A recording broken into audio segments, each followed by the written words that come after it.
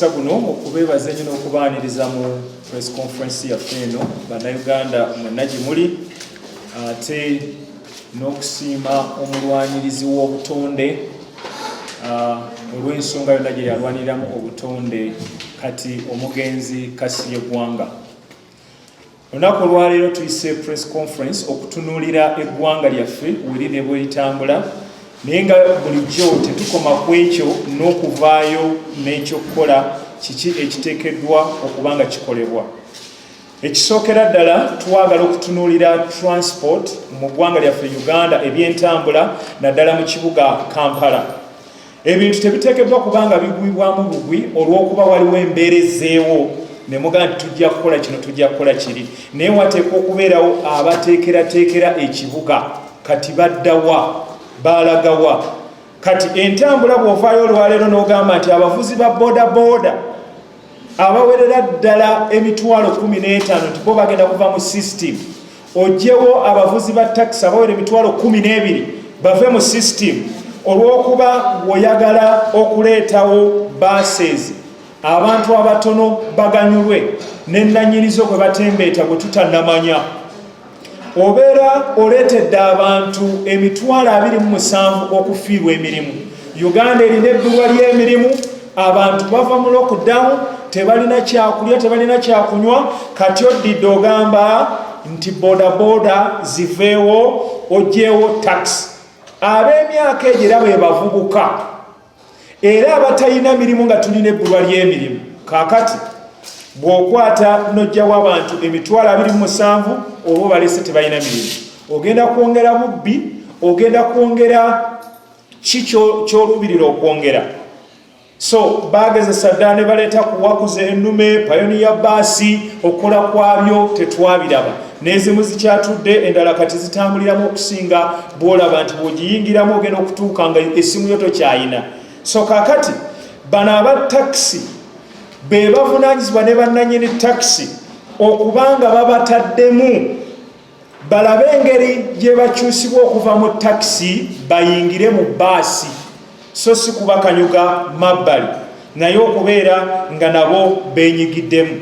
Wano wempitira abatakisi bonna baveeyo mangu bagende mu kooti bateekeyo okuwakanya n'okuyimiriza ebiragiro bya KCCA ebyegenda nabyo mu maaso n'okuwandiisa abantu ku kigenda mu maaso mu ggwanga lyabwe, kubanga be babadde mu ntambula. Kati tetuyinza kulaba ng'emirimu gittibwa gityo nga waliwo ebbulwa ly'emirimu ne tutuula butuuzi. So ekyo baveeyo kiwakanya, bayite mu kooti eyimirize ebigenda mu maaso, bannannyini bateekebwemu, wabeerewo okukyuka okuva mu takisi okudda mu baasi. Tubayita, tubakubiriza muyimirire awamu n'eggwanga lino Uganda, abantu abalirimu n'abaana aba takisi baleme okufiirwa emirimu gyabwe. Eggwanga litabuddwa olwaleero we twogerera we liri. Bw'olaba eby'ensoma abakulu ne bawoza buwoza nti omwaka ne bwe gufa, ekirwadde kya COVID-19 kifuuse kimu ku ndwadde endala. Tulina kunoonya tubeerawo tutya nakyo nga weekiri, era abantu basobola batya n'okwejjanjaba nga balina mu maka gaabwe, kubanga kapasite Uganda tegiyina. Kati amasomero toyinza kuvaayo ng'omukulembeze w'eggwanga bwe yavaayo ng'aga nti alina ekirowoozo buli kyalo bakigulire TV 2 ebyalo emitwalo 7, kitegeeza nti ojja kuba weetaaga TV emitwalo 14. Emitwalo 14 kitegeeza nti buli TV eguze ssente entono gy'emitwalo 65. Njogera nga totadde mu babbi ba wano bwe banaazigula. Kakati ku mitwalo 65 kiba kitegeeza nti buno weetaaga obuwumbi 91 nga totaddeeko bigendera ku TV ndala, aweetaaga sola, aweetaaga extension n'ebintu ebirala tobitaddeeko. Tusobola okufiirwa billions 91 nga waliwo bannayuganda abalina amagezi agasobola okuteekawo enkola ne tugenda n'ebyenjigiriza mu maaso. Bwe tuba nga tulemeddwa okugaba emmere mu Wakiso ne Kampala yokka obukadde 2 ne bulemu okufuna emmere bonna, nga buli omu omubalidde emitwalo nga210, tunaasobola okuliisa tunaasobola okugula TV ne zituuka ku bannayuganda? Era kinaatwala bbanga ki eggwanga lyonna okulimalayo? So ffe tulina ekyokuddamu tugamba ng'abalindiridde okukwata entebe y'obwa president amagezi tugayina. Eggwanga lyetaagisa okumanya nti TV z'obadde ogenda ogula zibadde zigenda kukola mu community eyo, mu kyalo ekyo, mu bantu b'omu kitundu ekyo. Tetuli bazibe b'amaaso bano abaana basinkana ne basamba akapiira, basinkana ku nzizi, basinkana mu butale, banyumya awamu n'abazadde b'omu bitundu ebyo bwe batyo. Kati abaana be bamu b'obadde ogenda okuleeta awamu, b'obadde ogenda okubaleeta, baleetewo ng'obateereddewo abasomesa ba gavumenti basasulwa, ogateka ba private obasasule, abaana basome, zino sente zonna ojja kuba omazo zitaasa. NRM government eze efumbekeddemu enguzi n'ebintu ebirala. Kati twagala ate tugende mu kwewola zino sente z'omuwi w'omusolo zigenderaawo. Ekyo ffe tugamba tetukikkiriza. Bulijjo pulezidenti ne gavumenti ene badde egendera ku biwawaatiro nga bwegala ebyokwerinda tubiina. Naye kyannaku gw'atamanyi bigenda mu maaso mu ggwanga lyaffe, eno gavumenti mpaawo atalikaaba. Naawe ali mu gavumenti olwaleero ojja kaaba kubanga eno mpaawo atalikaaba. Kakati bw'ogenderera abantu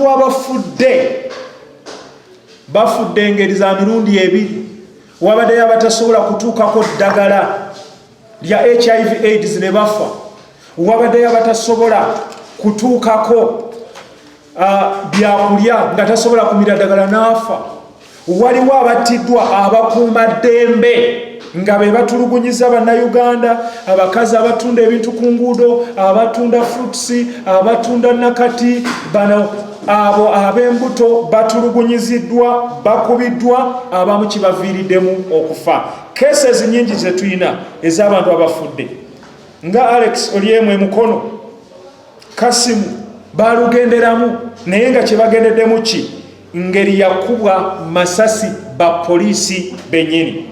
Aba LDU nga 26 March omwaka guno gwennyini tebaataliza ng'ate bintu by'abantu abawansi ddala abaali beetundira obumere bwabwe, abatunda ebintu bino ebitonotono, baabakuba kibooko okutuusa n'okubatulugunya okufa.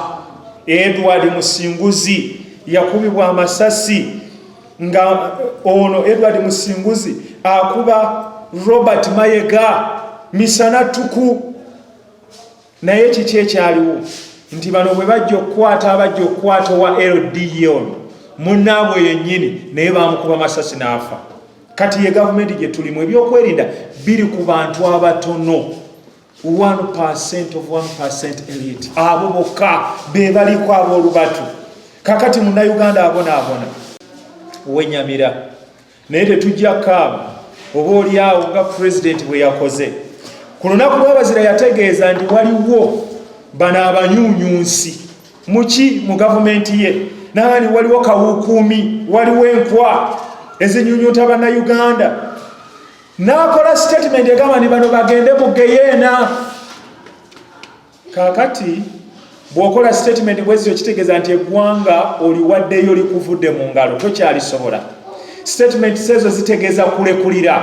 Bannayuganda baakuteekamu obwesige, obakulembere, obanoonyeza ekyokuddamu, n'ojja n'ogamba nti kati mbawaddeyo ery'okufa.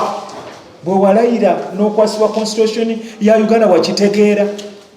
Bw'ovaayo n'ogamba nti kati nze ebyo binnemye ebyenguzi balye abali abali mu gavumenti yange, kitegeeza nti olemeddwa. Naye ekyo bulijjo tubadde tukibagamba bannayuganda nti faamu manager tasobola kubba nte, omwana n'abba kikopo ky'amata n'ogamba nti bajja muwawaabira, tekisoboka. Kakati tulabye nga mu palamenti balwanira miliyoni 2 ne babawaana, ne tuwulira eno nti yo mu president's office wagezeeyo ate yo obuwumbi 15, ne tuwulira okugujubanira ssente nakati ebiri mu KCCA nga bo okugujubana kulya. Kati awo munnayuganda kitegeeza nti bano tebakyasobola, nabaga baalemererwa dda, tebakyayina ngeri yonna gye bayinza kulwanyisa nguzi. Enguzi olemererwa atya okukwata alidde enguzi n'omuggyako ebyo byaguzeemu eby'embuzi n'obijjamu sente ne ziddayo okuweereza bannayuganda ye solution yokka naye tebakyagiina. So eno gavumenti bakakasiza balemereddwa mu ekyo. Tuleme na kulinda kalulu kubanga bamaze okugamba nti balekulidde. Eno gavumenti mpaawo atali kaaba. Bannayuganda mwenna mukirezeeko mukaabye atannabakaabo ojja kukaaba kubanga mpaawo atali kaaba. Ng'ebyobulimi ebirina okuteekebwa mu ssente babivuddeko balowooleza mu mmundu n'enyweza nja mu buyinza. Ze gavumenti z'abasibira mu bbwa, ze gavumenti z'abannakyemalira, eyo yenkola ebadde banyweza buli kiseera mu buyinza. Njagala kumaliza bwe nti nga nkubira bannayuganda bonna omulanga so ogugungula naye ogubayimusa ogubajjayo yonna buli omu weeri weeteeketeeke akalulu twamanya dda okukwerekera naye kiki kye tuzzaako kyekikulu buli munnayuganda ozuukuke eggwanga liryo eggwanga lyange muve mu kutiisibwatiisibwa kubanga n'olunaku lwolifa tolumanyi naye tuveeyo tuyimukiremu. Bw'otunulira akakiiko k'ebyokulonda oyinza okwennyamira nti ayogera atya ku byokulonda alage nti oba akalulu okweyongerayo oba obutweyongerayo. Akakiiko k'ebyokulonda kano kali independent. Bwe kaba kali independent tukasoomooza omulamuzi by'amakama vaayo ne banno lwakojo muveeyo mulage eggwanga nti okulonda kugenda kubeerawo mu kiseera bwe kiti kubanga bwe bubanga obulwadde bwakubeera nabwo mulina kunoonya mubeera mutya nabwo abantu ne babaawo. Abantu basobolera ddala okulonda mu process nga muvuddeyo ne mugirambika. Muleke kusuula ku bantu kati sente zijja kuba bwesi abantu bagenda kuwa sente mmeka ba presidential candidates. Emikono bagenda gikuŋŋaanya ddi. Cities empya ebibuga ebyalondebwa municipality bigenda kukolebwa bitya ne towns kyekigenda okubaawo. So electoral commission muveeyo mulambike abantu bulungi nnyo ku kyokkola. Naye njagala okwogera ku ngeri bannayuganda gye bafuddemu mu kiseera kino. Abafudde nga tebafudde covid, abafudde okukubibwa emiggo, abafudde nga bafanjala, abafudde nga battibwa amasasi, abafudde nga bafiiridde mu buvuyo bw'abakuumaddembe, n'abantu abafudde enjala, n'abafudde ebirwadde ebirala nga kansa, abafudde pressure, abo tobala, abafudde HIV AIDS nga tebasobola kumira ddagala tebalina kyakulya. So engeri eyo yakwatibwa bubi naye nga mukimanyi ababbi babaddewa mu Prime Minister's Office byebikono bisatu byebirimu obuzibu. Bannayuganda amagezi nga bawadde ffenna kuyimukiramu yessaawa teri kwebaka bagende eno gavumenti pawa atalikaabo lwa Katonda n'ensi yange. Saagala munnayuganda yenna alowooleze mu budget kubanga ennaku zino ekolebwa bukyali kati olwaleero lyagenda kutuukiriza Kasayija naye nga bwe tugitunuulira ebintu ebyaweereddwa ssente nnyingi by'ebyokwerinda tukimanyi okulonda buli lwe kuba kugenda okubaawo wabeerawo abayeekera mu Uganda era kati mambuka bazze baalabiseeko ekyo tukimanyi naye ng'olwaleero kye twanditunuulidde ekikulu nti bw'abanga munnayuganda ssente asinga kugifuna mu kulima tutadde tutya ssente ennyingi mu kulima bayongeddeko akantu katono nnyo obulimi ne busigala butyo. Ebyobulamu olwaleero biyimiridde bitya?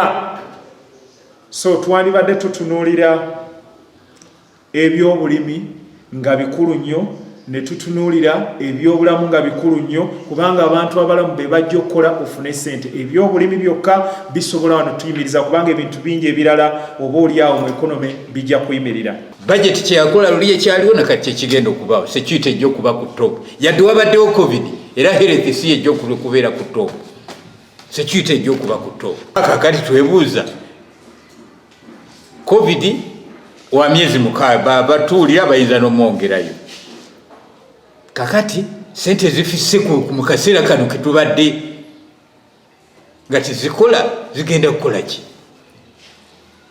Kyensinga okwebuuza ate era ebya budget bulijjo tukimanyi nti ewagira defense tewagira ku agriculture de tugiyimbiridde nnyo teyongera sente mu kulwanirira butonde bwansi teyongera sente mu education budget ewagira ekintu kimu defense la security era nga bwe mbabulidde nti gavumenti ezefaananasaako marxism eziwamba obuyinza nga zirina obukuuma ekiweebwa essira defense na security. Kati ekibuuzo ekyo ffennyini tuyinza okyeddiramu kubanga byonna biddiŋŋana emyaka 3 tewali njawulo.